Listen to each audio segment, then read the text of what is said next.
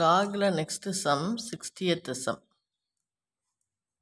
If x square plus y square is equal to z square.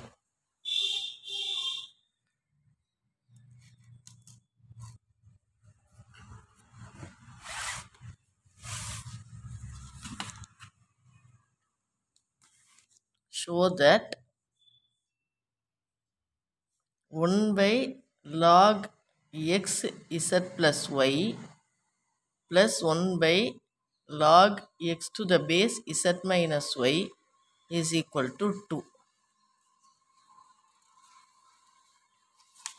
First என்ன கொடுத்திருக்குனா x square plus y square is equal to z square. இதுதான் கொடுத்திருக்கு சொல்யூஷனில் given.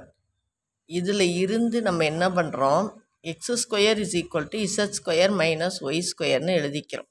ஏன் இந்த மாதிரி எழுதுறேன் அப்படின்னு சொன்னால், எனக்கு ஒரு க்ளூ கிடச்சிருக்கு. இங்கே வந்து z ப்ளஸ் ஒய், இங்கே z மைனஸ் ஒய் இருக்கிறதுனால நம்ம இதை பிரித்து அந்த இசட் ஒய்யை ஒரு பக்கம் வச்சுக்கணும், எக்ஸை ஒரு பக்கம் வச்சுக்கோம். இசட்டும் ஒய்யும் தான் சேர்ந்துருக்கு அப்படிங்கிறதுனால நான் எக்ஸை மட்டும் இந்த பக்கம் வச்சுக்கிட்டேன், இசட் ஸ்கொயர் மைனஸ் ஒய் ஸ்கொயர்னு வச்சுருக்கேன். இது இருக்கட்டும். இப்போ கொடுத்துருக்க சம்மில் எல்ஹெச்எஸை போய் எடுப்போம். 1 by log x to the base z plus y plus 1 by log x to the base z minus y.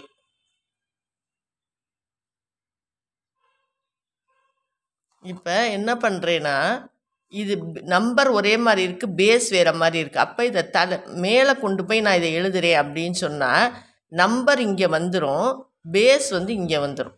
அதே மாதிரி இதையும் மேலே கொண்டு போய் எழுதுகிறேன்னா நம்பர் இங்கே வந்துடும், பேஸ் இங்கே வந்துடும். இந்த மாதிரி ஒரு ரூல் ஏற்கனவே சொல்லி கொடுத்துருக்கேன் பாருங்கள். தலைகீழாக எழுதுனா இந்த மாதிரி ஒரே பேஸ் வந்து நம்பர் வேறு மாதிரி வந்துடும். இது பார்த்தாலே நமக்கு தெரியுது. இதை இங்கே பேஸ்க்கு கொண்டு வந்தோம்னா நம்ம ஏதாவது ஒன்று பண்ணலாம், ஏதாவது ஒன்று வழி பண்ணலாம். அதனால் நம்ம என்ன பண்ணுறோம், இதை மேலே கொண்டு போவோம் அப்படின்னு சொல்லி கொண்டு போகையில் இந்த இசட் ப்ளஸ் ஒய் இங்கே போய் எக்ஸ் இங்கே வந்துடும். அதே மாதிரி இசட் மைனஸ் ஒய் போய் இங்கே எக்ஸ் வந்துடும். இப்போ 2 லாக் அடிஷனில் இருக்குது, ஒரே பேஸில் 2 லாக் அடிஷனில் இருக்குது. ஒரே பேஸில் 2 லாக் அடிஷனில் இருக்குன்னா ஒரே லாகாக அதை ஒரே பேஸாக போட்டுக்கலாம். ஒரே பேஸ் தான் ஒரே லாகாக போட்டு இதை என்ன பண்ணலாம், மல்டிப்ளை பண்ணலாம். இந்த Z plus Y into Z minus ஒய்யை மல்டிப்ளை பண்ணலாம். அப்போ Z plus Y into Z minus Y நமக்கு அல்ஜிப்ரிக் ஃபார்முலா படி இது Z square minus Y square.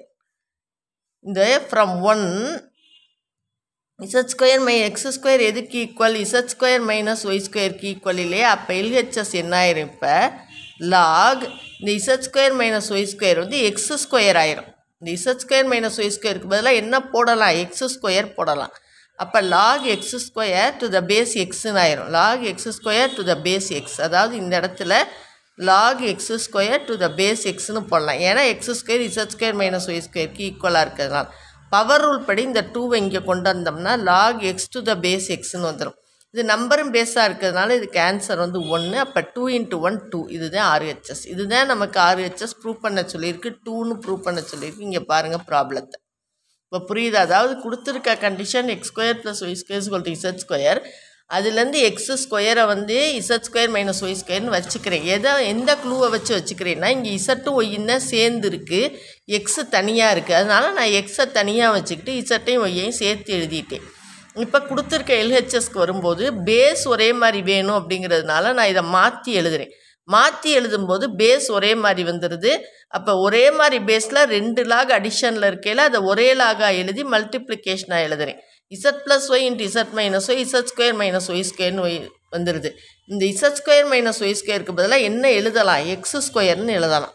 அப்போ x square to the base எக்ஸ்னு வந்துடுது. இப்போ பவர் ரூல் படி இது 2 log x to the base x. இது நம்பரும் பேஸும் ஒரே மாதிரி இருக்கிறதுனால இது வந்து 1. அப்போ 2 × 1 2 = RHS, hence proved.